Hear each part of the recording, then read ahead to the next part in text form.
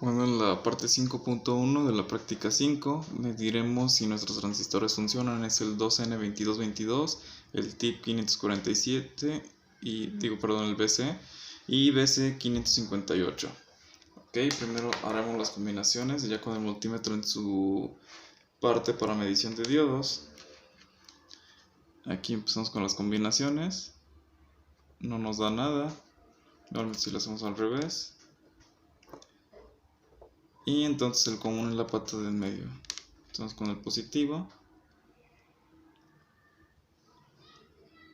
Aquí sí nos da lecturas, entonces el común es el del medio. Aquí nos da 761, pero para más preciso hay que medirlo con las patas directas.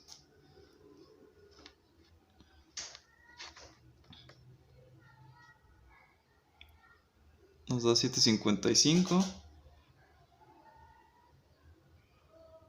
Y con la pata derecha nos da 753. Ok, entonces ya con eso sabemos que esta es la base, el emisor y colector. Ahora el siguiente, el BC547. Igualmente tenemos las combinaciones. Igualmente, al igual que el anterior, es una NPN. Y vemos las lecturas que nos da el multímetro. Y nos da 753. Ahora vemos del otro lado. 747. Entonces este es colector, base y emisor. Ahora por último el 558. Veamos si es igual. No. Entonces seguramente es un PNP. Ponemos la negativa en medio. Y aquí medimos con la pata izquierda. Nos da 763. Y ahora la derecha.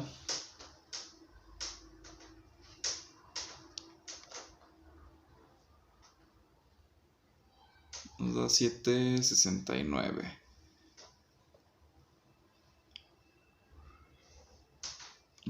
Vamos a medir lo mejor de las patas para más. 763 y 769. Ok, entonces aquí iguales colector, base y emisor. Ok, en la parte 5.2 utilizamos un foco, un transistor BC547, que el cual es NPN, como dijimos en la parte anterior. El interruptor, un fusible y una resistencia, 330 ohms para que funcione bien el foco. Y aquí ya tenemos haciendo las conexiones, ahí vemos que el foco enciende. Ahora procedemos a medir los voltajes. Primero medimos el voltaje del foco.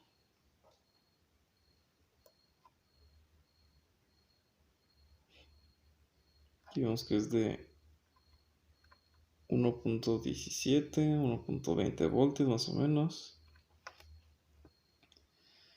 Ahora procedemos a medir los voltajes en el transistor.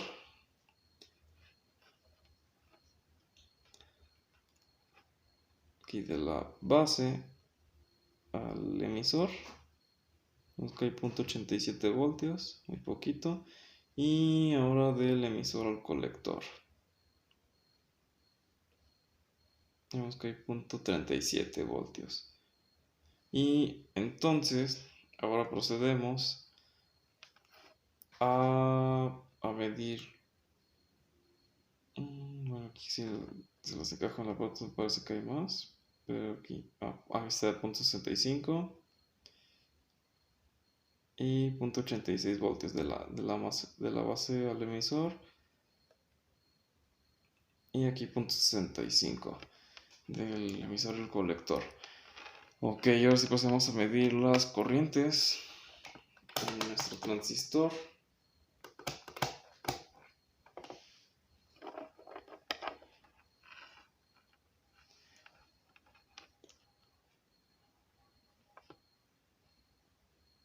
Aquí primero de la base.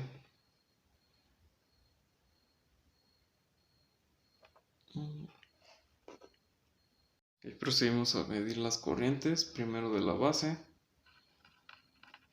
Y pues nos acomodamos correctamente para poderla medir.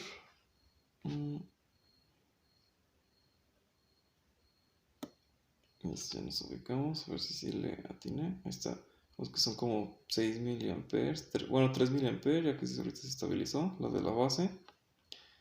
Y en el colector tenemos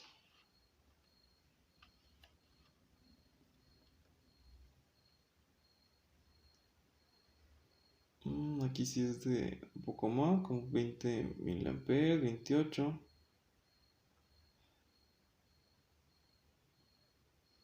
Y 40, si depende cuánto la presione. A ver, déjenme hacerlo. Y aquí la que fluye después y todo el foco es de 105 miliamperes, la que va hacia el colector.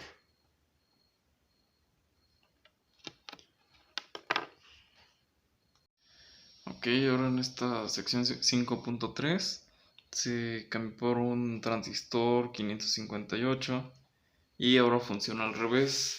Cuando el circuito se le está pasando voltaje por la base, no prende, y cuando la base se conecta a tierra, ahora sí prende, por las mismas características de que este transistor es un PNP y no un NPN como el otro.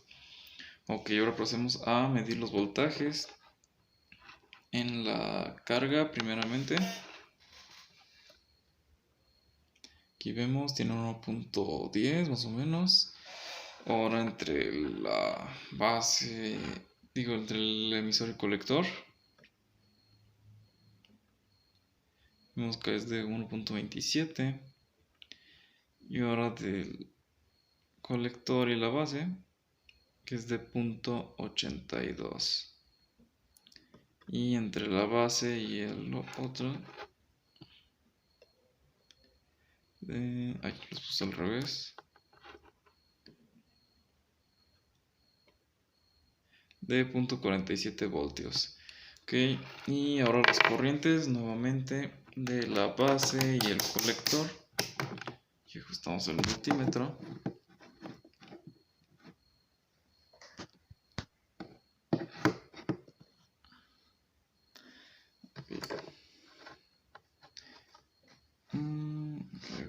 Aquí nos ubicamos en la base.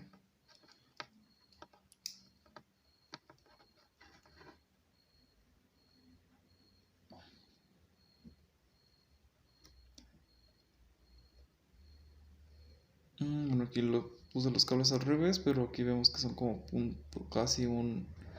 no sé, creo que son lo de 20 ohms. A ver, ya lo cambié.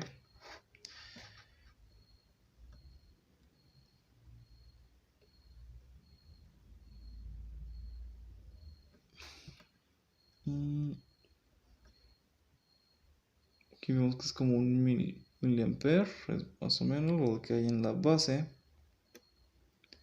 Es que cambia mucho porque está muy difícil atinarle. Ahí está, es un miliampere. Ok, luego en el colector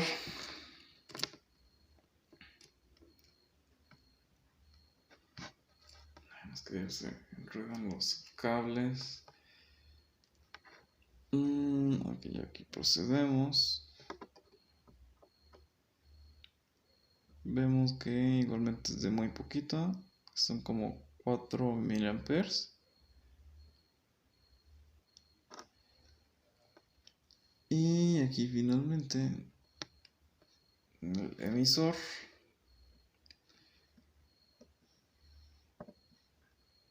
pues ya nos sale que son como 60 miliamperes.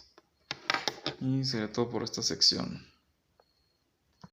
Aquí en esta segunda versión del 5.4 utilizamos dos transistores NPN del tipo BC547 en vez de un NPN y un PNP, que era el 547 y el 558, como en la parte anterior, en el que veíamos que no funcionaban correctamente, simplemente se quedaba estático un LED y el otro medio apagado. Y ahora sí hace la función que buscábamos, que sea LED intermitente. Y aquí tenemos los dos capacitores de 100 microfarads, al igual que en el circuito anterior. Y la resistencia es igual, aquí de 330, aquí de 470 ohms. Y por este momento tenemos resistencias de 4.7K para para moderar la oscilación de los LEDs. Ahora las intercambiaremos por unas de 10K para que veamos cómo es que cambia el tiempo de intermitencia entre los LEDs. Incluso sin las resistencias podemos ver que se mueven un poco.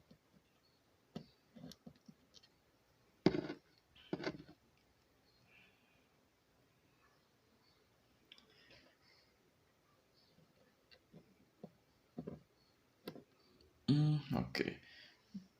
Y ahorita ya, más que en este caso ahora es un poco más tardado, dura más tiempo encendidos uno solo, pero podemos ver que también siguen haciendo la intermitencia. Ahora en el 5.5 tenemos otra vez el foco, ahora un transistor, el 2N2222, dos diodos, una resistencia, en este caso la cambié por una de 220 para que se ilumine un poquito mejor el foco, los dos push buttons y otra vez el fusible.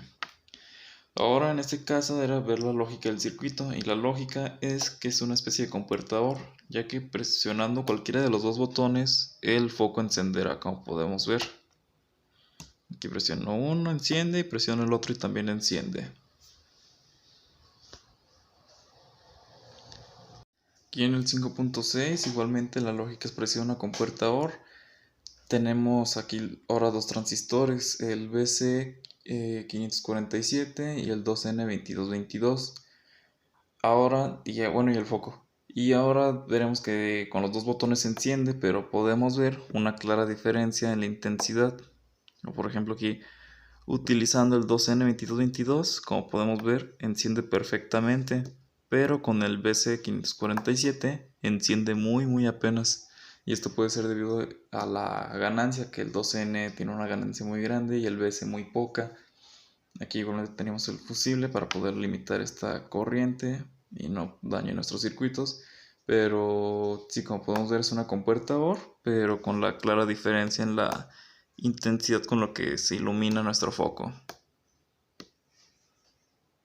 Ok, en el ejercicio 5.7 es muy parecido al anterior, solo que ahora se cambia un poquito la configuración de los transistores. Ahora el emisor del 2N2222 va hacia el colector del BC547, por lo que con esta configuración se crea una especie de compuerta AND en el que tenemos que presionar los dos botones al mismo tiempo para que se active.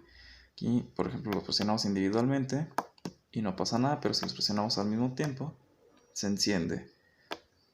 Aquí se cambió esta resistencia que era de 1 kilo ohm, al igual que esta, pero solo esta la cambié por una de 330, ya que siendo solo de 1 kilo ohm, muy apenas si se podía prender el LED, por lo que mencionamos, el foco, perdón, por lo que mencionamos en el circuito pasado, que tiene muy poca ganancia el BC547, y esto es lo que está ocasionando un poco de problemas. Pero aquí ahora sí ya prende correctamente al cambiar solamente esa resistencia. Y aquí igualmente tenemos el fusible y pues ya sería todo por esta sección. Ok, ahora en el 5.8 consiste en hacer un circuito con los LEDs infrarrojos, en donde se da como una especie de sensor en que si se obstruye la vista del receptor o del emisor, se apaga el foco, como se observa. Aquí volvemos a calarlo, se obstruye y se apaga. Ok, y para eso se utilizaron los transistores nuevamente, el 2N2222 y el BC547, como se puede observar aquí. Ya pues todo el arreglo de las resistencias. Y como podemos ver, aquí está el emisor infrarrojo que se ve ese color morado. Y igualmente pusimos un fusible para evitar que se dañara nuestro circuito. Y primeramente aquí con las resistencias así como venían en el circuito, si alejamos un poco, como vemos cómo va variando. Aquí ya se apagó, si lo acercamos vuelve a encender, pero si lo vamos moviendo va bajando hasta que definitivamente se apaga, por lo que hasta ahorita no tiene mucho rango. Al hacer el cambio de esta resistencia, que antes era de 100 ohms por una de 10 kilo ohms, se logró un mejor rango de distancia que soporta este circuito de infrarrojo. Aquí como podemos ver está iluminando el LED infrarrojo. Bueno, ahí ya apenas, sí, ahora sí ya se vio. Y pues ahí ya conforme lo vamos alejando, sigue iluminando, sigue iluminando. Si opacamos la vista, se apaga el foco. Dejen enfocar. Si se lo quitamos, vuelve a prender. Ahora vamos a ver cuál es la distancia máxima que soporta sin que se apague el foco. Es que también depende de la puntería. Entonces aquí lo acomodamos y ya vuelve a emprender otra vez. Y parece que esta ya es la distancia máxima. Ya a partir de aquí ya está muy difícil que siga. Como podemos ver, aquí sigue encendido el foco. Y si le obstruimos la visión, se apaga. Ya vuelve a encender y pues ya conforme esté más cerca enciende mejor.